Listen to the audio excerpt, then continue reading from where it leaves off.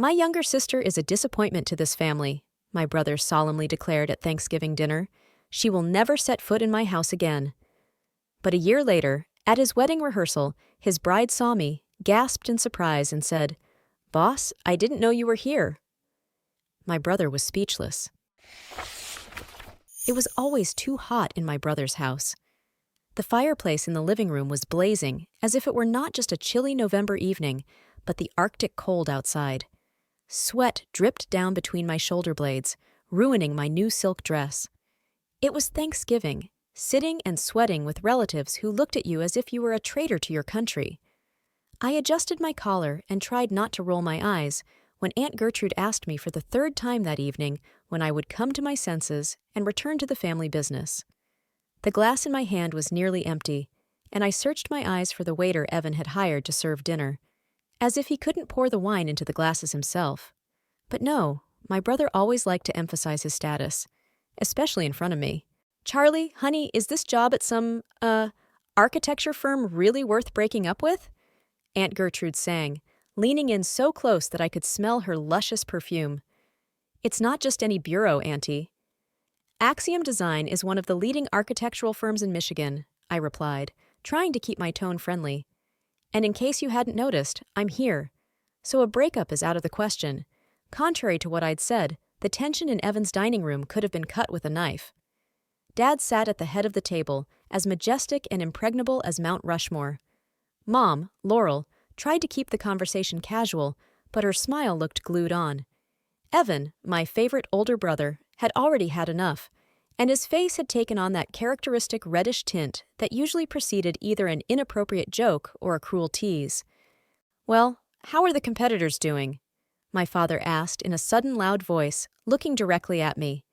His voice sounded so loud that all conversation at the table instantly died down.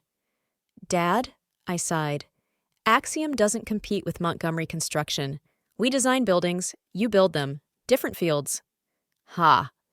Evan waved his hand theatrically, spilling whiskey from his glass. "And who gets design orders from clients who then don't come to us to build?" "Maybe because your prices are 20% above market?" I parried, immediately regretting my words. My father's eyes narrowed. Damn it. Now he knew I'd been watching their pricing. "We charge for quality," he said, with that special icy calm that only people who are used to having their words unchallenged have. Montgomery builds for centuries, not for decades as some. There was an uncomfortable silence in the air. I remembered my father and I yelling at each other in his office 10 months ago when I announced my decision. 15 years I've been preparing you," he had yelled then. 15 years of studying, internships, meeting the right people. And all for what? So you could go and serve those upstarts from Axiom? It's funny, but at that time I naively thought that he would be proud of me, that he would realize that architecture is my vocation, not the construction business, where the ability to squeeze suppliers and manipulate contractors is more important. "You know what?" Mom tried to lighten the mood. "Let's talk about something nice. Did you hear the Parkers finally sold their house? Can you believe it? For $2 million? Back in the spring. I'd like to propose a toast," Evan suddenly announced, rising from his seat. There was something dangerous in his eyes, and my stomach clenched with a bad feeling. Everyone at the table took their glasses reluctantly, even my great-nephews, who were barely 21. The faces of the relatives expressed wary anticipation. Evan and his toasts had already become infamous in the family. "To the Montgomery family," he began, swaying and looking around at everyone. "To our heritage. To the company that my grandfather started in a garage and my father turned into an empire." He paused, and his gaze stopped on me. "And to my little sister, the disappointment of this family. She will never set foot in my home again." The clinking of glasses, already raised for a toast, lingered in the air. One of the relatives coughed nervously. Aunt Gertrude let out a quiet exclamation of surprise. I felt the blood drain from my face. "Evan!" Mom exclaimed, but Dad put his hand on her shoulder, stopping her.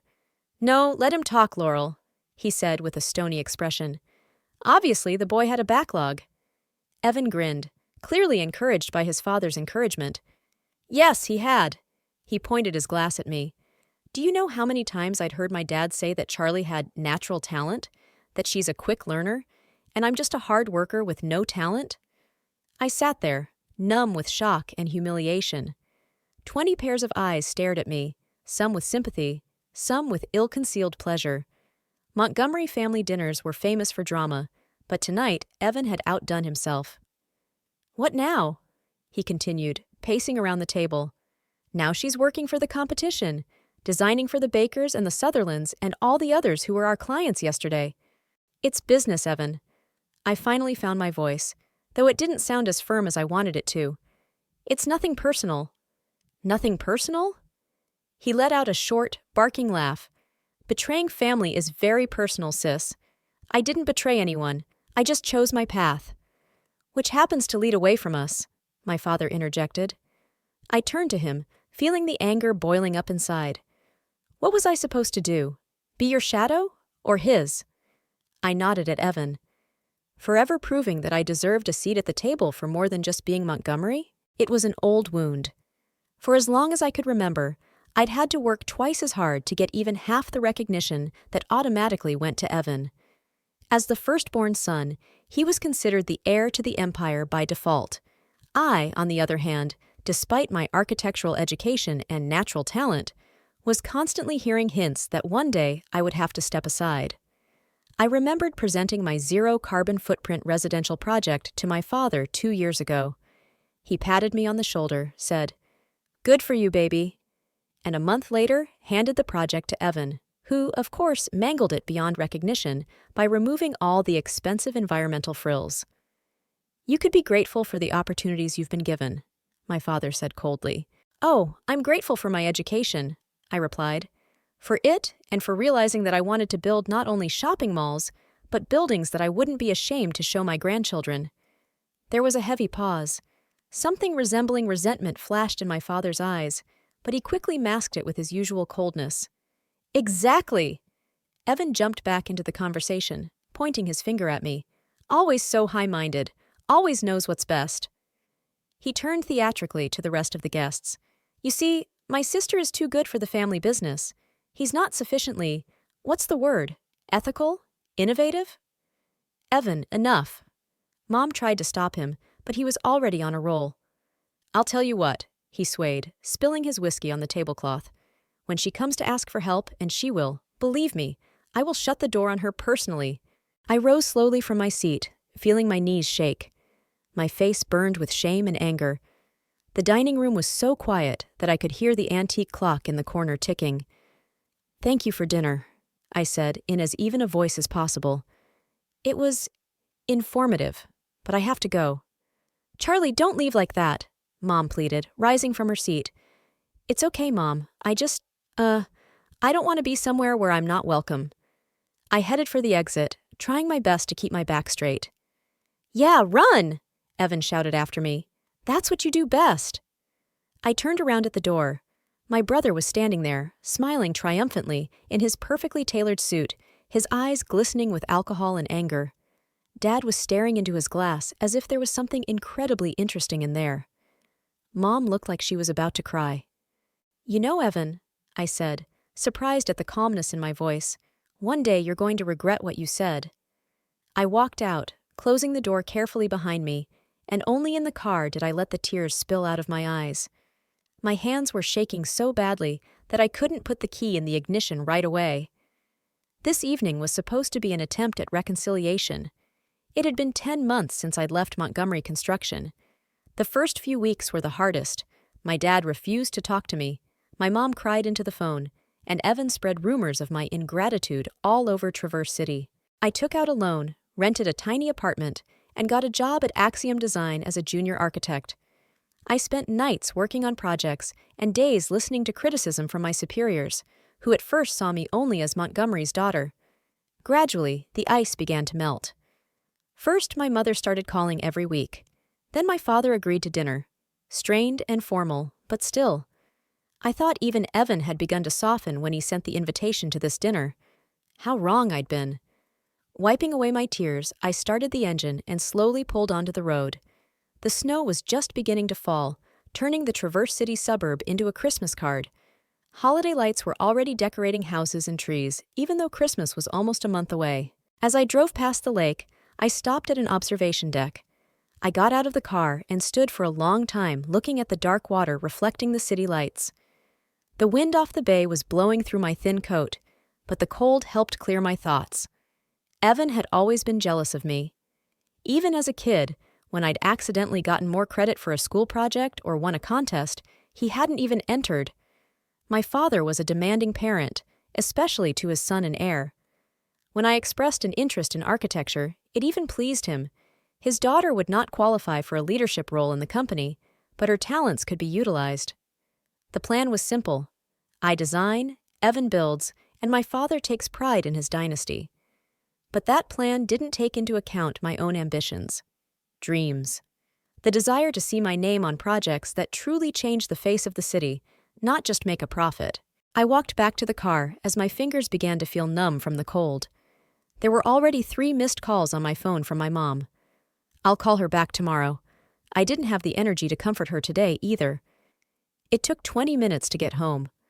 My apartment was in an old brick building in the center of town, above a second-hand bookstore.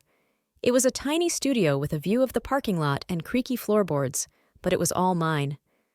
After changing into my home clothes, I poured myself a glass of wine and went to the window. The city was preparing for the winter holidays. The holidays, which I would be celebrating for the first time in 26 years, not in a family circle. It hurt. Despite our differences, despite my father's arrogance and Evan's jealousy, this was my family. I loved them, and part of me still craved their approval. But the other part, the part that sat up all night on the brewery project, that woke up thinking about structures and spaces, that lit up at the mere idea of creating something truly meaningful, that part knew I was on the right track. I took a sip of wine and swore to myself, one day Evan would regret his words. One day, my father would recognize that I was more than just Richard Montgomery's daughter. I'm going to prove to them all that I'm on the right path. And I won't do it out of revenge, but because this is my life, my choice, my future. The year flew by. I was so immersed in my work that I didn't even notice how the seasons changed. November snow was falling outside my window again, and I was preparing for another presentation, but now as a senior project manager at Axiom Design. Miss Montgomery, your coffee. Meredith set the cup on the edge of my desk, carefully pushing the blueprints aside. Thank you. I looked up from the model of the city park I'd been working on for the past 3 months. And please, call me Charlie. Meredith Harper joined the firm 2 months ago. 25 years old, honors degree, sharp mind, and an amazing ability to anticipate my needs. She was originally hired as an assistant to the director, but he quickly reassigned her to me when he realized how organized and detail-oriented she was. You can never have too much respect in the office, Miss Montgomery. She smiled, adjusting her impeccably tailored jacket. Especially from an assistant. You're not just an assistant. I brushed it off as I took a sip of my coffee, a perfect fortress as always. After you finalized the landscape plan, Meyer almost wept. He was shocked that anyone under 40 knew about drainage systems. Meredith grinned and glanced at her watch. You have a meeting with the committee in 20 minutes. Is there anything you need to prepare? No, I'm all set. I patted the presentation folder. This was my last chance to convince them that the park project was worthy of funding. After Meredith left, I leaned back in my chair and allowed myself a moment of relaxation. My office window overlooked the main street of Traverse City. From the 8th floor, I had a great view of the bay and the hills beyond. I had once dreamed of building an eco-friendly apartment complex in those hills, the same project my father had given to Evan, who had turned it into standard townhouses. I tried not to think about family. After Thanksgiving last year, our relationship had finally cooled. My mom called once a month, a casual conversation about nothing. Dad sent the occasional formal holiday greeting. Evan showed no signs of life, true to his promise to cut me out. And, oddly enough, I was relieved. Without having to conform to family expectations, I could finally breathe freely. At Axiom, I was valued for my ideas, not my last name. Over the course of that year, I gained the respect of my coworkers and clients. My project to renovate an old brewery won a regional award. And now I was working on my most ambitious assignment yet, transforming an abandoned industrial zone into a modern, eco-friendly park. The phone on the desk buzzed. A message from Zoe. "Killing yourself at work? Don't forget, it's Marcus's party tonight. No refusals accepted." I smiled.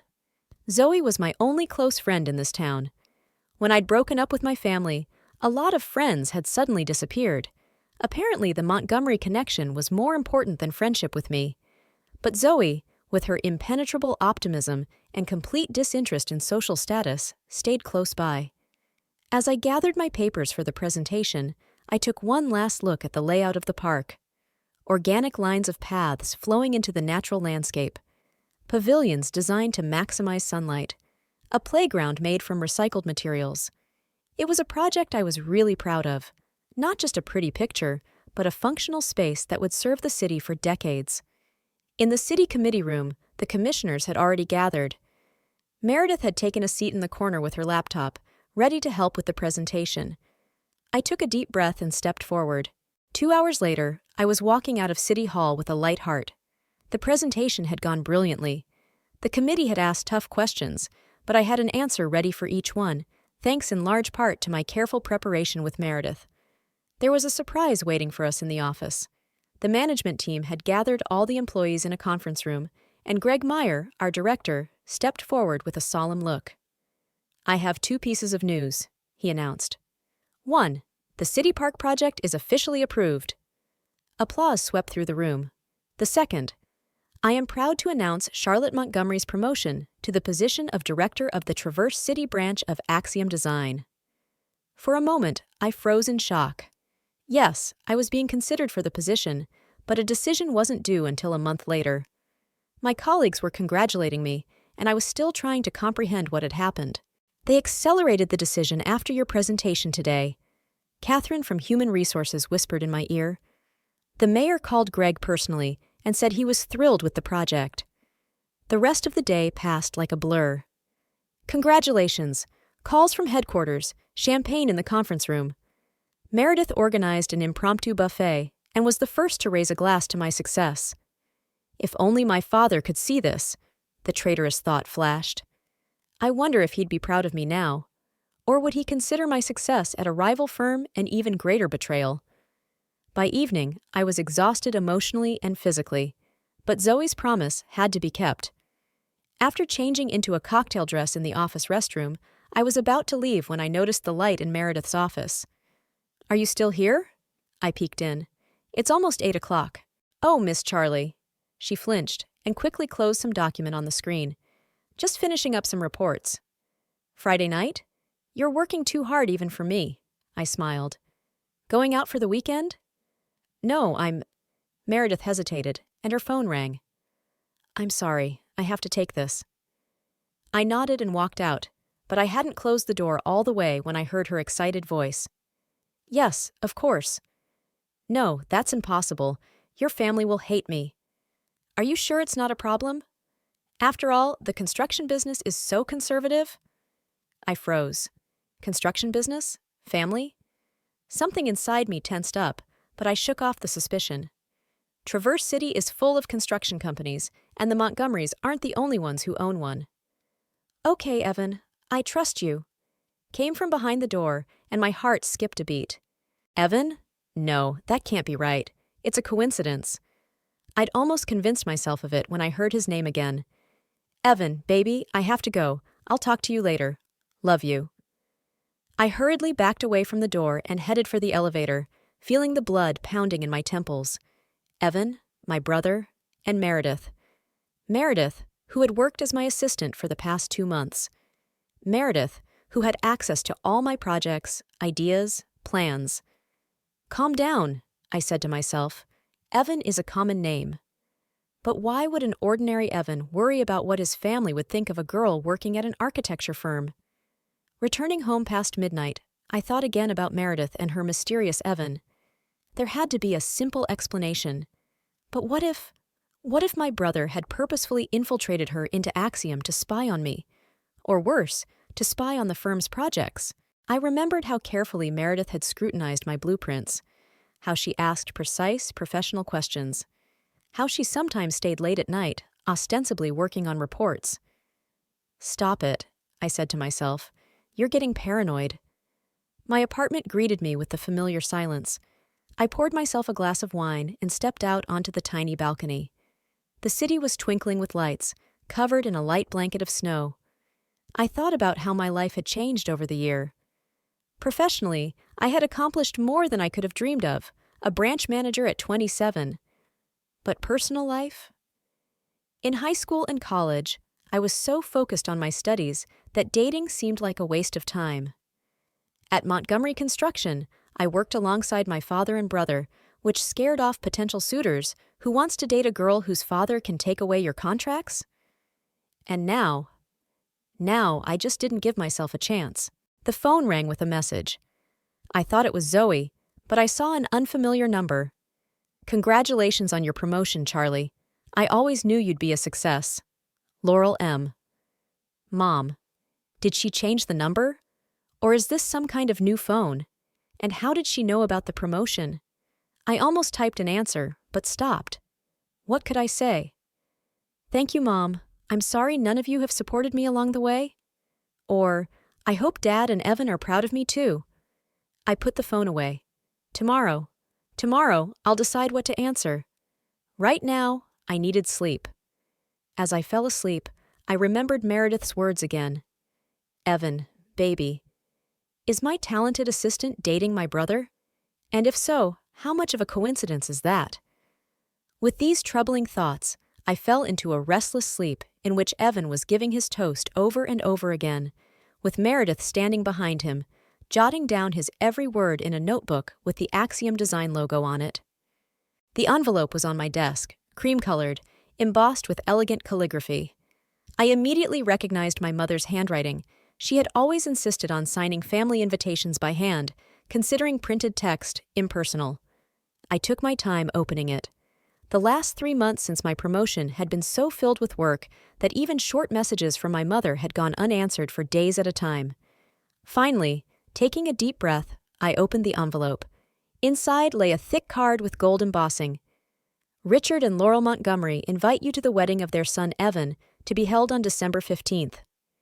I reread the invitation twice, looking for the bride's name. Nothing. Just their son Evan's wedding. Weird. Usually both newlyweds are listed. There was a note attached to the card, written in familiar handwriting. "Charlie, I hope you can make time to come. Your presence is important to the family. Love, Mom." I set the invitation aside and rubbed my temples. Evan was getting married. My brother, who'd declared a year ago that I'd never cross his threshold again, was now inviting me to his wedding? Something didn't add up. The phone on the table rang, and I answered it, still thinking about the invitation. "Charlie?" My mother's voice sounded uncertain, like she wasn't sure I was going to answer. "Hi, Mom." I straightened up in my chair. "I just got the invitation." "Oh, I'm glad it got through," she said, relief in her voice. "Are you coming?" I don't know," I answered honestly. "It's a little sudden, considering our last family dinner." There was a pause on the other end of the line. "Charlie, that was almost a year ago. People change, Evan. Well, he's still Evan, but he wants the family together at his wedding." I snorted. "Really? Or do you want the family together?" "What's the difference?" Laurel's voice became defensive. "The important thing is that we're all there. Your father is very insistent. That's it." Dad: "Of course, Richard Montgomery couldn't afford to have a family member absent from his son and heir's wedding. What would the business partners think?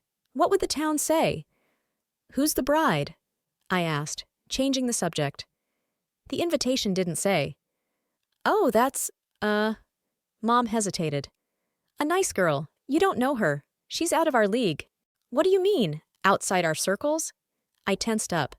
"Is she from a rival construction dynasty?" No, it's nothing like that," Laurel answered hastily. "It's just that she doesn't work in construction. She's, architecture, I think." My heart skipped a beat. "Architecture?" "Yeah, something like that. I didn't get into the details. You know, your brother doesn't share much with us." "Architecture." Meredith. All the pieces of the puzzle are starting to fall into place. Their names, the mention of the construction business, her interest in my projects. What's her name? My voice sounded a little strained, and my mom noticed. Why are you so interested? Now she sounded suspicious. Do you know her? No, just curious. I tried to sound casual. It's not every day your brother gets married. Her name is Meredith, Mom finally said. Meredith Harper. A very beautiful, smart girl. Evan had met her at some business event. I clutched the phone so my hand wouldn't shake. Meredith Harper, my assistant, my right-hand woman, my brother's fiancée. It couldn't have been a coincidence. Charlie? Are you in here? Mom's voice brought me back to reality. Yeah, sorry. I was thinking about work. I coughed. So when's the rehearsal? I need to plan my schedule. Thursday night, the night before the ceremony. Laurel sounded excited. So you'll be there? I'll try, I answered evasively. I have a lot of work to do right now. It's a big project. Charlie, it's your brother's wedding. My mother's voice became steely. Some things are more important than work. I wanted to tell her that a year ago at Thanksgiving, my brother hadn't thought family ties were so important, but I didn't. What's the point of dredging up the past? I understand, Mom. I'll do my best. I sat staring off into space for a long time after that conversation. Meredith Harper is marrying Evan Montgomery. My assistant is marrying my brother. Was this some kind of elaborate revenge or industrial espionage? A knock on the door interrupted my musings. Come in. I straightened and tried to put a neutral expression on my face. Meredith appeared in the doorway, impeccable as always, in a strict gray suit and perfectly styled hair. Miss Montgomery, there's something I need to discuss with you. She walked over to my desk and put down a file folder. It's about the park project. I watched her carefully, trying to find any indication that she knew I was related to her fiancé. I'd like to take a 2-week vacation starting December 10th, she said calmly, but I noticed her fingers lightly gripping the edge of the folder. I have personal circumstances. Personal circumstances? I raised an eyebrow. Something serious? No, nothing bad, she blushed slightly. In fact, it's a wedding. Of course, I understand, I nodded. 2 weeks is quite a long time. The park project is at a critical stage right now. I've got it all set up. Meredith opened the folder quickly. There's a full schedule for when I'm away, all the contractor contacts, notes on current tasks, and I'll be in touch if there are any urgent questions. I flipped through the documents. As usual, everything was organized perfectly. It seemed like the perfect assistant, except for one thing. Okay, Meredith. Vacation approved. I closed the folder. I hope the wedding preparations go smoothly. Thank you, Miss Montgomery. She smiled sincerely. It means a lot to me. When she walked out, I leaned back in my chair and closed my eyes. What am I supposed to do? Go to the wedding and make a scene? Or pretend I didn't know about the affair and just ignore the invitation? I decided to consult the only person I trusted in this town. Zoe always chose meeting places that fit her eccentric nature. This time, she'd made an appointment at the Rusty Anchor, a tiny bar on the outskirts of town that served the best cocktails in Traverse City and the worst food. Your face says you need something stronger than tea, Zoe said, as soon as I sat down at the table. What's going on? My brother's getting married, I sighed, taking off my coat. I? Zoe shrugged. That's a good thing, right? Or is it? To my assistant. Zoe froze with a martini glass to her lips. Stop. Say that again. Evan is marrying Meredith, my Meredith, who's been working with me every day for the past few months. Oh, crap. Zoe set down her glass and leaned closer. Are you sure? I nodded and told her everything. The overheard conversation, the invitation, the conversation with my mother, and Meredith's request for a vacation. What are you going to do? Zoe asked when I was done. I don't know. I shook my head. Part of me wants to just ignore this whole situation. The other part, angry. That she's been around all this time, had access to my projects, my ideas, and never once mentioned that she was dating my brother. Maybe she doesn't know? Zoe suggested. Maybe your brother hasn't told her you're his sister? I wondered. It was possible. Evan never mentioned me on social media. After we broke up, He seemed to cut me out of his life altogether, and Meredith and I had never discussed my family. I don't know, I shook my head. But even so, it's kind of a freak coincidence. Of all the architecture firms in Michigan, she came to work at the one I work at? It's a small world, Zoe shrugged, especially in such narrow professional circles. What am I supposed to do about the invitation? I returned to the main question. Should I go? Don't go? Zoe stared at me silently for a few seconds, sipping her martini. You have to go, she finally said firmly. And not just go, but show up in all your glory. What? Think about it. Zoe leaned closer. If you don't go, what does that mean?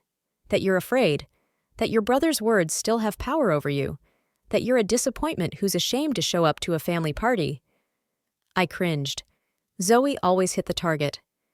But if you show up, she continued, and show up as a successful, confident woman, a branch manager at 27, it'll be your little revenge. Show them what you've achieved outside the family. Show them that you don't need their approval, but are confident enough to be there. I was silent, pondering her words. They made sense. Showing up at the wedding as a successful, independent woman would be the perfect response to Evan's toast from last year. Plus, Zoe added with a sly smile, you want to see Meredith's face when she realizes her boss is the groom's sister, right? I couldn't help but smile at that. Yeah, that would be interesting. That settles it, Zoe raised her glass. To your triumphant return to the Montgomery family. We clinked glasses, and I felt the resolve building inside me. Yes, I'm going to that wedding. And yes, I would show everyone, including Evan, that his words hadn't broken me, only made me stronger. But first, I had to deal with the work issues that would inevitably arise from Meredith's absence.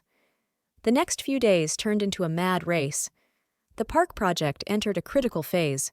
The latest changes had to be coordinated with the city committee, estimates had to be approved with contractors, and dozens of technical issues had to be resolved.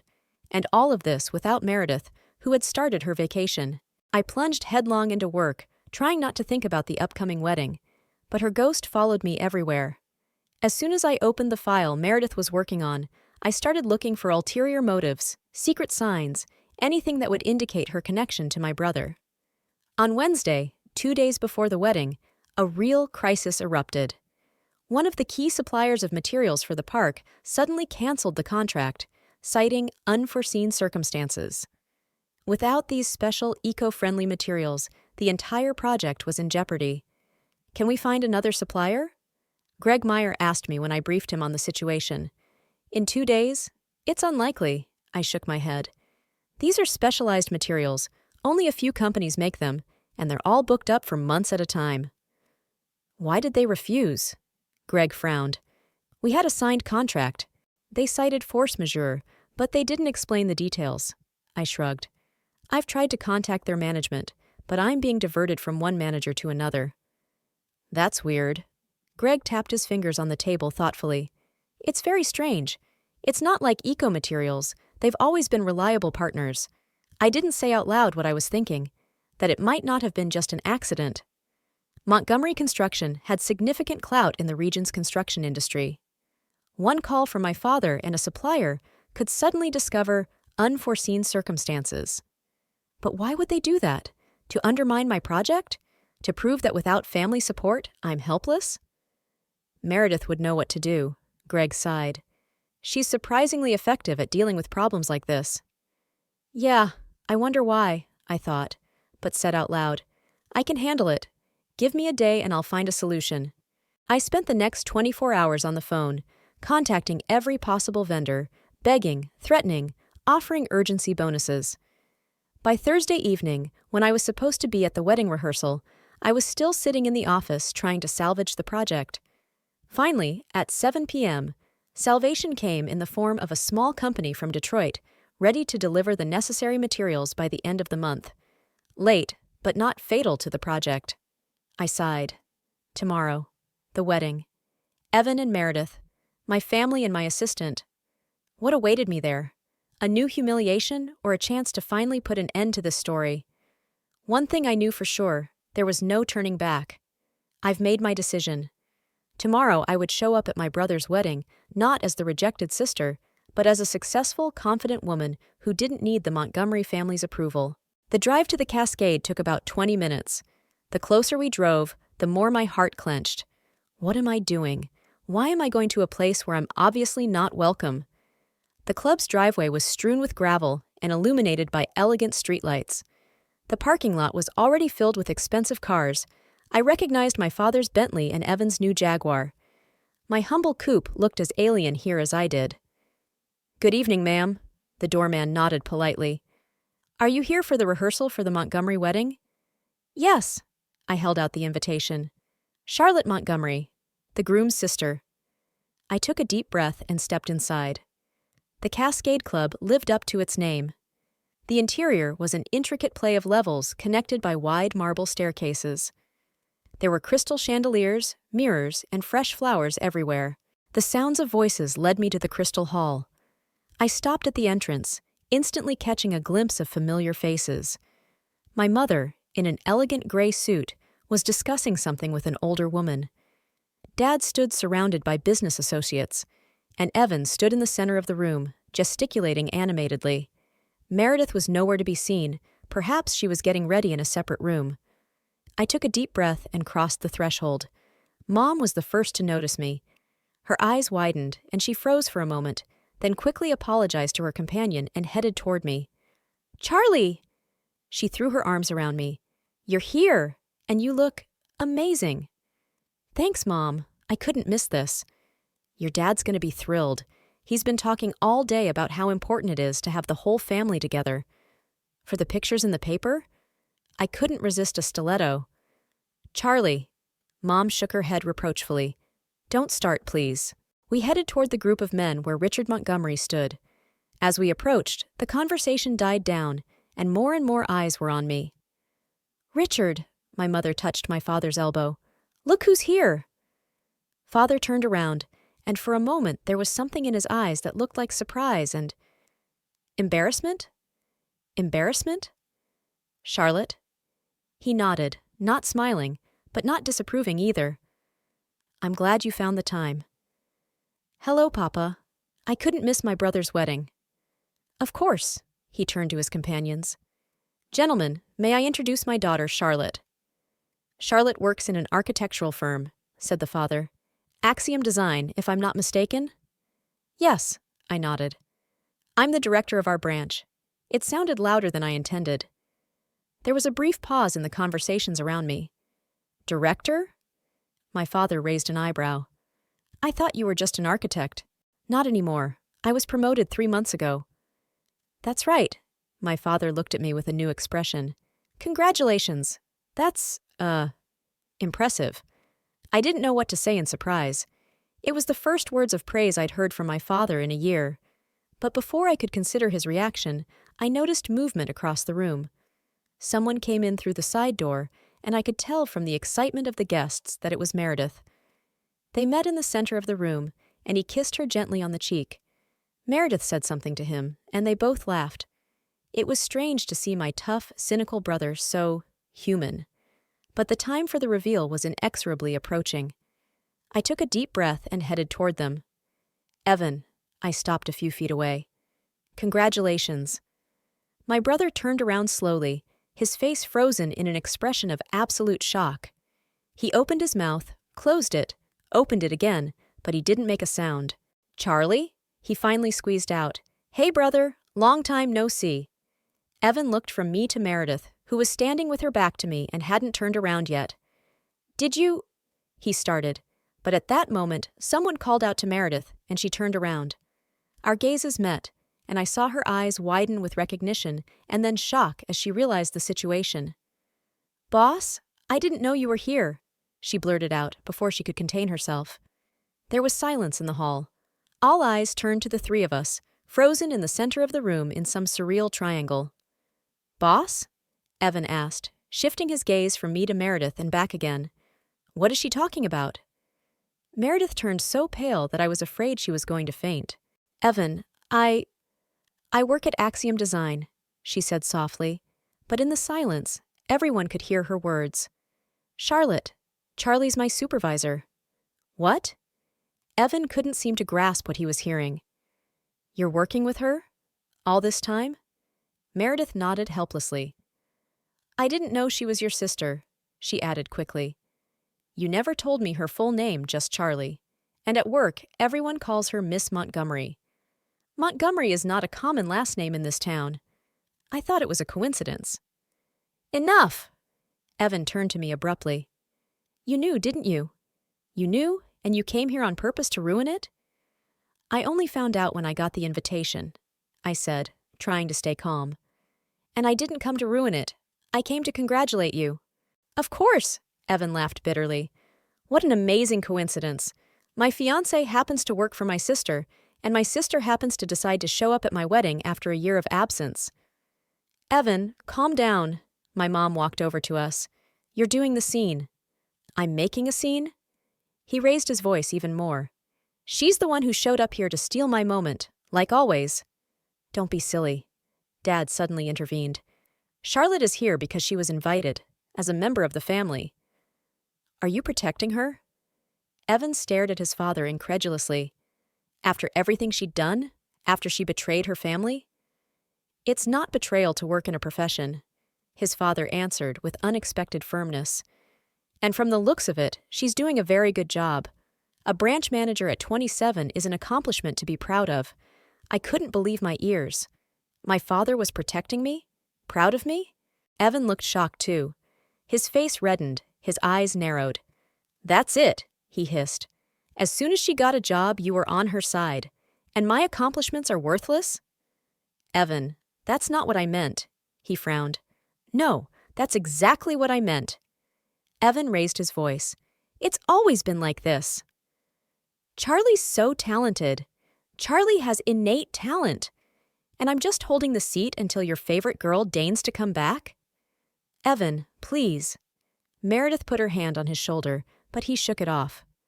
No, let everyone know the truth. He looked around at the crowd.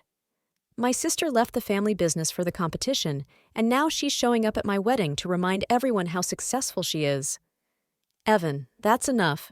His father's voice turned icy. You're acting like a child. I felt myself blush with shame and anger.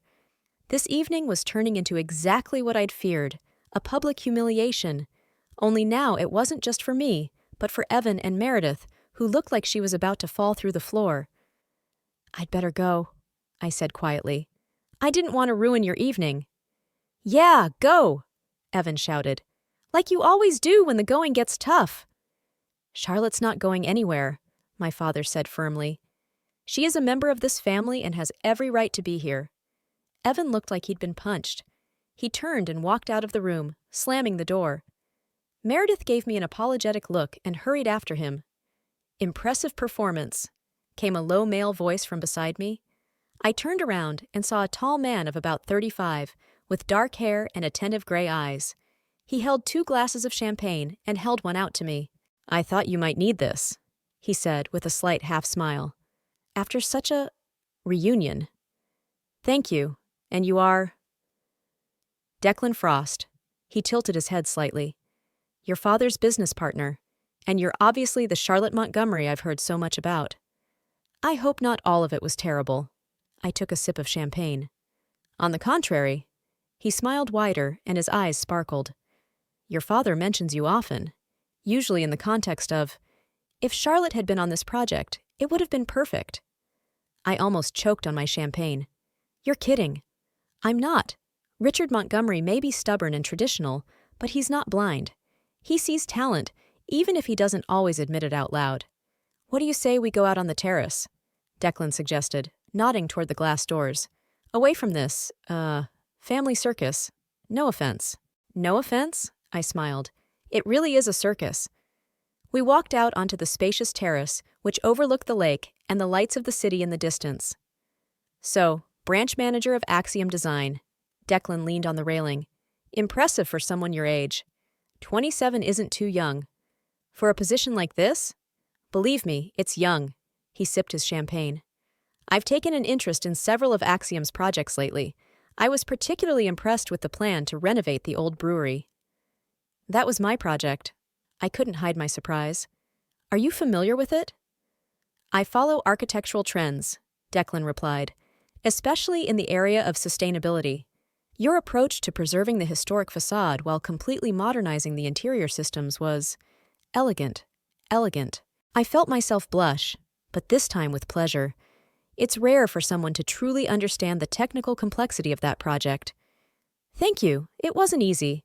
The contractors tried 3 times to convince me to just tear it all down and start from scratch. Easier isn't better, Declan shook his head. Sometimes you have to work hard to keep something of value. Our gazes met, and I felt a strange warmth spread through my body. There was something hypnotic about his gray eyes.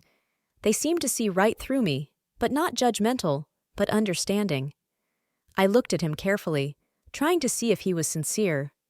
But there was no falsity in his gaze, just conviction and a kind of inner strength that drew me in.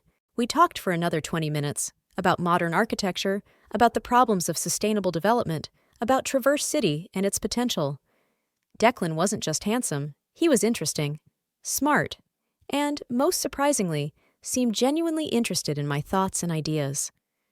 We should probably head back, he said finally, glancing at his watch. If they haven't found your brother, they'll be looking for you soon. Yes, you're right. I nodded, suddenly feeling disappointed. Declan paused, then pulled a business card from his inside jacket pocket. I'd like to continue our conversation in a less dramatic, he said, holding it out to me. Perhaps over dinner? I accepted the card, feeling my fingers trembling slightly. It had just a name and phone number on it, no company or job title. I'll think about it, I answered, trying to sound calm, though my heart was beating faster for some reason. I'll be waiting, he smiled, and that smile took my breath away. The wedding was a blur. After the scandal at the rehearsal, everyone tried to pretend that nothing had happened, but tension was in the air. Meredith looked beautiful in her white dress, though her smile was strained. Evan barely looked in my direction. My parents were overplaying the role of the happy family, especially my mom, who was continuously taking pictures with the newlyweds, as if trying to capture a perfect moment that didn't actually happen. I stayed out of the way as much as possible, sipping champagne and watching the guests. Most of them were my dad's business associates or Evan's friends from college, people I had nothing in common with. Some looked at me curiously, obviously having heard about last night's scandal. Gossip in Traverse City spread with the speed of wildfire. The only bright spot was Declan, who periodically appeared beside me and made me smile with his comments. He had an amazing ability to spot the most absurd details, from Aunt Martha's flamboyant hairdo to the obviously fake laughter of his father's business partner. They're like actors in a bad play, he whispered to me during another toast, and no one knows their lines. After the wedding, I decided to take a couple more days off. I needed to deal with the fallout from what had happened, especially with Meredith. How would we work together? Would I be able to trust her? I got my answer the very next day. Meredith called me and asked to meet with me. I have a lot of explaining to do, she said in a quiet voice. And apologize. We met at a small cafe on the outskirts of town, where we were unlikely to be seen by anyone we knew. I arrived early and chose a table in the corner, where I had a clear view of the whole room. It's an architect's professional habit to always evaluate the space. Meredith showed up exactly at the appointed time. She came in without makeup, in simple jeans and a sweater, the kind of person I'd never seen at work. Without her impeccable office suits and perfect styling, she looked younger, more vulnerable, and much more genuine. First of all, I want to apologize, she began as soon as the waiter brought our coffee. I should have tied you and Evan up earlier. Why didn't you? I tried to sound neutral, though suspicion was still simmering inside. This is going to sound stupid, but I really didn't know. Evan always referred to his sister as Charlie, never using her full name, and everyone in the office calls you Charlotte or Miss Montgomery. And I knew you weren't in touch with your family, but I thought it was because of your parents' divorce or something. But the last name. Montgomery isn't such a rare last name, she smiled weakly. And Evan never said his sister worked in architecture. I watched her body language, the tiny movements of her eyes, the way she gripped the coffee cup as if looking for support.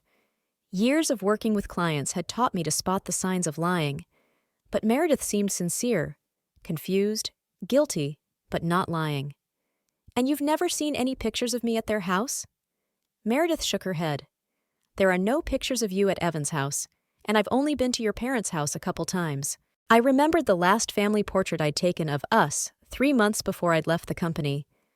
We were standing by the fireplace in my parents' living room, my father with his usual stern expression, my mother with a strained smile, Evan with an arrogant chin, and me with a dreamy look, staring off into the distance, as if I'd already known then that I'd be leaving soon.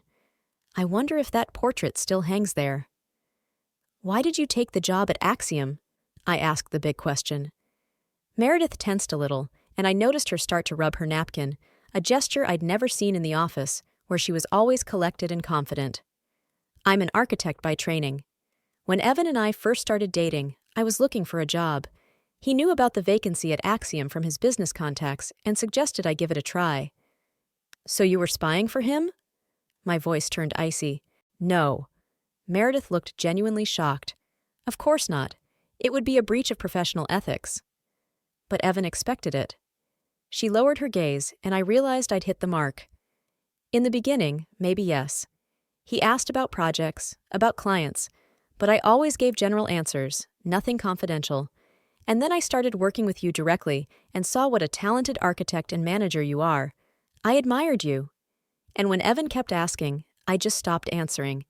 I studied her face in silence, trying to find any trace of falsity, but all I saw was tiredness and genuine remorse. After all, we all make mistakes. And if Meredith really didn't give Evan anything of substance— What now? She asked quietly, interrupting my musings. Are you going to want me to quit? I wondered. Firing Meredith would be the easiest solution, but also the most cowardly. Besides, she was a talented professional, and her departure would mean trouble for the park project, which was already at a critical stage. No, I decided. But we would have to set clear boundaries. No talking about work with Evan. No family topics in the office. The relief on her face was almost palpable. That's not going to happen, Meredith said firmly. I value my professional reputation. On the way out of the cafe, Meredith stopped suddenly and turned to me with a serious expression on her face. Evan's not as bad as you think, she said quietly. It's very hard for him to live in his father's shadow. And in your shadow, too. The conversation with Evan came a few days later. He called out of the blue, his voice sounding unaccustomedly uncertain. We need to talk, he said. Not over the phone. We met in a park near the lake, a neutral area where neither he nor my ghosts were present. The day was cool but sunny. The rays of light played on the surface of the water, creating an illusion of calm that I didn't feel at all. Evan was already waiting for me on the bench, hunched over and staring at the water. Without his usual business suit, in a simple sweater and jeans, he looked younger and more vulnerable, almost like the kid we'd once built pillow forts with in the living room. Meredith said she talked to you, he started, not looking at me. Yeah, we cleared up a lot of things. She wasn't spying for me, if that's what you're thinking. I know she wasn't. She told me, and I believe her. Evan looked at me in surprise, something like respect flickering in his gaze. Meredith is a good person, better than I deserve. That admission, so uncharacteristic of my cocky brother, made me look at him more closely. Beneath the mask of successful businessman and arrogant heir was a man I didn't seem to know at all. What's going on, Evan? Why did you want to meet? He was silent for a long time, tossing pebbles into the water and watching the circles form. When he finally spoke, his voice was unusually quiet. You were always better than me. In everything. In high school, in college, in architecture. My father always compared us, and I always lost. That's not true. Dad had higher expectations for you than he did for me. By default, Evan grinned bitterly. Because I'm the son. But he always wanted you in the company, too. If Charlie had been on this project, I'd heard it all my life. I remembered what Declan had said about the way my father talked about me, and I shrank inwardly. All this time, I'd thought my father was disappointed in me, and it turned out he kept appreciating my talent and comparing Evan to it. It's ironic. I never wanted to compete with you. I just wanted to do what I love. And I always felt like I had something to prove. First to my father, then to you, then to the world. And when you left the company, it was supposed to be my triumph. But my father kept talking about you anyway. His words were like cold water. I always thought that my leaving the company was seen as a betrayal and then just forgotten about. Turns out I continued to be a ghost, invisibly standing between Evan and my father's approval. I didn't know. I thought you all just moved on without me. And I thought you left because you thought you were better than us.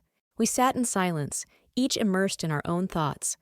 So many years of misunderstandings, unspoken grievances, misinterpretations. How did we get to this point? I'm not going back to the company, I finally said. I love my job at Axiom. I know you do, and I'm not asking you to, but maybe we could try being brother and sister again? Not right away, of course. Little by little.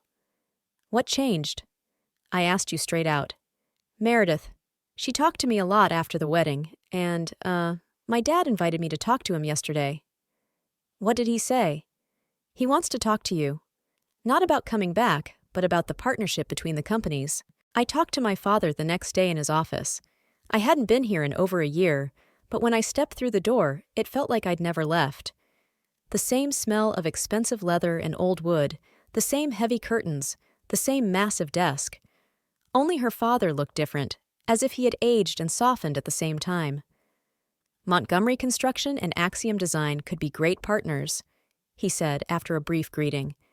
You have the innovative designs. We have the experience and resources to realize them.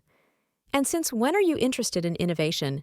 You've always said that proven solutions are more reliable. People change, Charlotte, even stubborn old men like me. The last year has been, enlightening. I've seen the projects you've done at Axiom. It's impressive work. And I realized that I was wrong to so categorically reject your desire to develop in that direction. I was stunned. Richard Montgomery admitted he was wrong?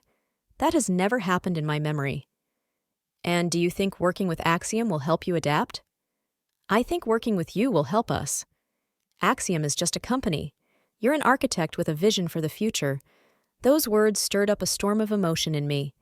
Anger at years of underappreciation, bitterness at missed opportunities, and, against all odds, quiet joy at finally being recognized. I can't just walk away from Axiom. I have a contract, a commitment to my clients. I'm not asking you to do that. I'm proposing a partnership between the companies. Axiom will design, we'll build. That sounded reasonable. Too reasonable for a man who's always preferred to be in sole control. What about Evan? Is he on board with this plan? Evans, is learning to make tough decisions. He realizes it's the right thing to do for business. Leaving my father's office, I felt a strange mix of emotions. On the one hand, the offer was tempting. Professional recognition, potentially interesting projects, restoring family ties. On the other, I couldn't shake the suspicion that something else was behind it. Dad had never been altruistic, especially in business. As I pondered this, I didn't notice my phone vibrate in my pocket. A message from an unknown number. Heard you had an interesting offer from your father. Maybe we can discuss it over dinner. Declan. I smiled involuntarily, feeling my heart start to beat faster. How did he know? And why was the thought of meeting him such a thrill? Dinner with Declan was at a lakeside restaurant, not too formal, but not quite casual either. I'd spent a lot of time choosing an outfit, settling on a simple black dress that could be either business or evening, depending on the tone of the meeting. I'm glad you said yes, he said, pulling back a chair for me. I felt strangely calm in his presence, as if we'd known each other for much longer than a few days. How did you know about my father's proposal? I asked when the waiter brought the wine. He's not one to share business plans. Let's just say I have my sources, and I know your father well enough to predict his moves. Our gazes met, and I felt my pulse quicken. There was something hypnotizing in his gray eyes, deepness, sincerity, and a kind of restrained strength. And you? Do you have a family business too? His face darkened for a moment. I did. My father founded Frost Investments 30 years ago, but we had different views on the direction of the business. He took a more traditional approach. I insisted on environmentally responsible investments. And what happened? It's a classic story. He gave me an ultimatum. I refused to give in. So I left and started my own foundation. 2 years later, my father died, and Frost Investments passed to me as sole heir. I'm sorry, that must have been hard. Yeah, we never reconciled, so I understand how complicated family relationships can be, especially when they're intertwined with business. I heard an echo of my own story in his words, and it created an invisible bond between us, an understanding that needed no explanation. As dinner drew to a close and we stepped out into the cool evening air, I felt a strange reluctance to say goodbye. Declan seemed to feel the same way. "Can I walk you out?" he asked as we stood outside the restaurant. "My car is in the parking lot." "At least to the car, then." He smiled, small wrinkles appearing in the corners of his eyes. We walked in silence, enjoying the quiet evening and the proximity of the lake. The fall air was fresh and clean, the stars reflected in the dark water. I felt an unusual peace, as if all the difficulties of the last few days had receded into the background. When we reached my car, Declan stopped and turned to me. "Charlotte, I'd like to see you again, and not just to discuss business." His directness caught me off guard, but it was refreshing after all these days of reticence and ulterior motives. "I'd like that too," I replied, surprised at my own boldness. "But I need time. This whole thing, family, work, my father's proposal, is too confusing right now." "I understand, and I'm in no hurry. When you're ready, you know how to find me." He leaned over and kissed me lightly on the cheek, a simple gesture that nevertheless sent a wave of warmth through me. As I drove home, I thought about everything that had happened in those few days. My world, which had seemed so stable and certain, had suddenly turned upside down. The family I had drifted away from was coming back into my life, not the same as before, but family nonetheless. The job that had been my refuge could now be a bridge to reconciliation. And Declan was a new variable in the equation, unexpected and exciting. What would I choose? Full reconciliation with my family and a professional partnership? Or maintain the distance and independence I'd worked so hard to win? I didn't know the answers to these questions, but for the first time in a long time, I felt like I had a choice. A real choice, based not on resentment and fear, but on possibility and hope. And that was already the beginning of something new. Любі глядачі, дякую вам за перегляд, ставте лайки та підписуйтесь на канал. Також напишіть в коментарях, чи погоджуєтесь ви з Дженніфер, чи вона мала розказати все матері, чи ні, чи мала все розказати своєму коханцю щодо свого чоловіка, чи ні. І також прокоментуйте, чи вам сподобалось це відео.